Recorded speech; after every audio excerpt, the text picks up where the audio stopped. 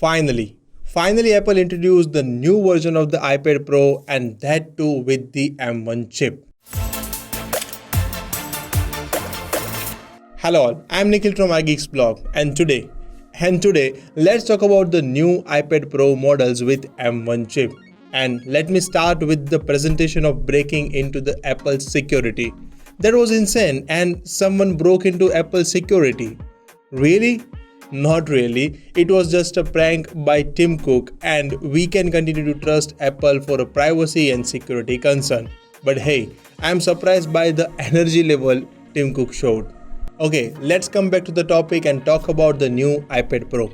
On 20th April 2021, Apple announced the most powerful and advanced iPad Pro with two different sizes, 11 inches and 12.9 inches. This new version of iPad Pro houses the M1 chip that we have already seen on MacBook Air, MacBook Pro, Mac Mini and the new iMac. Yup, with all new iMac with M1 chip. Apple claims iPad Pro with M1 offers 50% faster CPU performance and 40% faster graphic performance than the previous version. Not only this, but it also houses the 5G capabilities for a blazing fast connection. This means we can download files quickly, stream movies, enjoy uninterrupted calls and lot more. We just need to experience the speed. So I just said uninterrupted calls, as I mean by FaceTime calls with a great video quality, and thanks to all new 12 megapixel front camera in iPad Pro. Apple added a 12 megapixel ultra-wide true depth camera with f2.4 aperture and a 122 degree field of view. This makes a perfect FaceTime calls and click a great portrait mode selfies with advanced bokeh and depth control. It offers portrait lighting with 6 effects: natural, studio, contour, stage mono and high key mono. Not only this, it can record 1080p HD videos at 25, 30 or 60 frames per second, and that too with smart HDR3 and with great video stabilization. Hey, I love the new feature of center stage while we are on FaceTime call or using other video conferencing app. It changes the way we participate in video calls. As we move around, it automatically pans to keep us centered in the frame. And when others joins, the view expands or zoom in.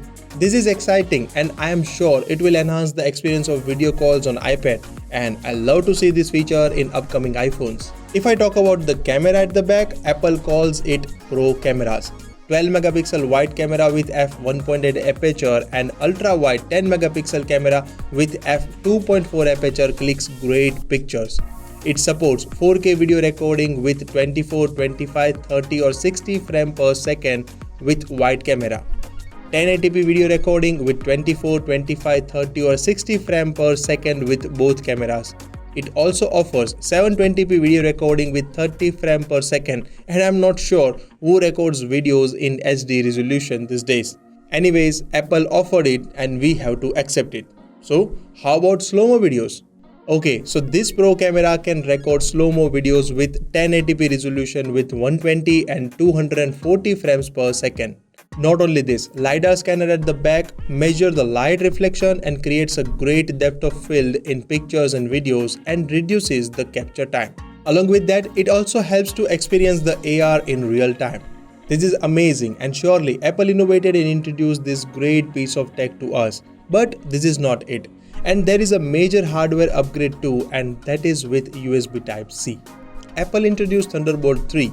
The fastest and the most versatile port on iPad Pro. It works with existing USB Type-C connectors and offers up to 40 Gbps bandwidth for wired connection, fast file transfer between external storage, and can connect to external display or with Pro Display XDR with full 6K resolutions. So what else? And what's new in iPad Pro except M1 chip? The answer is the display. The display of the iPad Pro 12.9 inches. Apple calls it Liquid Retina XDR Display with 10,000 mini LEDs.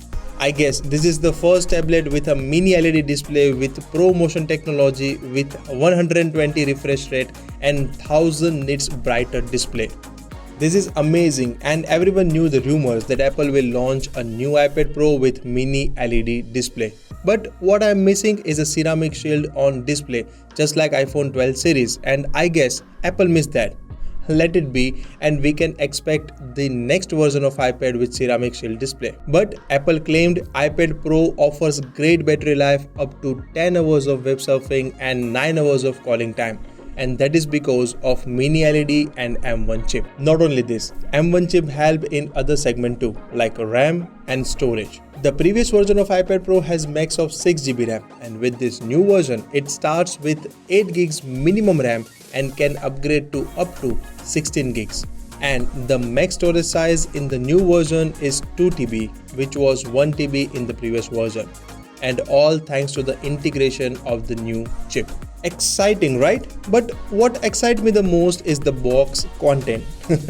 This time Apple didn't take the bold move to remove the power adapter from the box, and we will have a 1 meter charger cable, 20-watt USB-C type power adapter along with the iPad Pro. And I guess you are also excited and making a plan to buy it. So don't wait and get ready to spend $799 for iPad Pro 11 inches and $1099 for iPad Pro 12.9 inches. So this was it, and this is all about the new iPad Pro in 2021. If you have any other stuffs to share, do share them in the comments down below.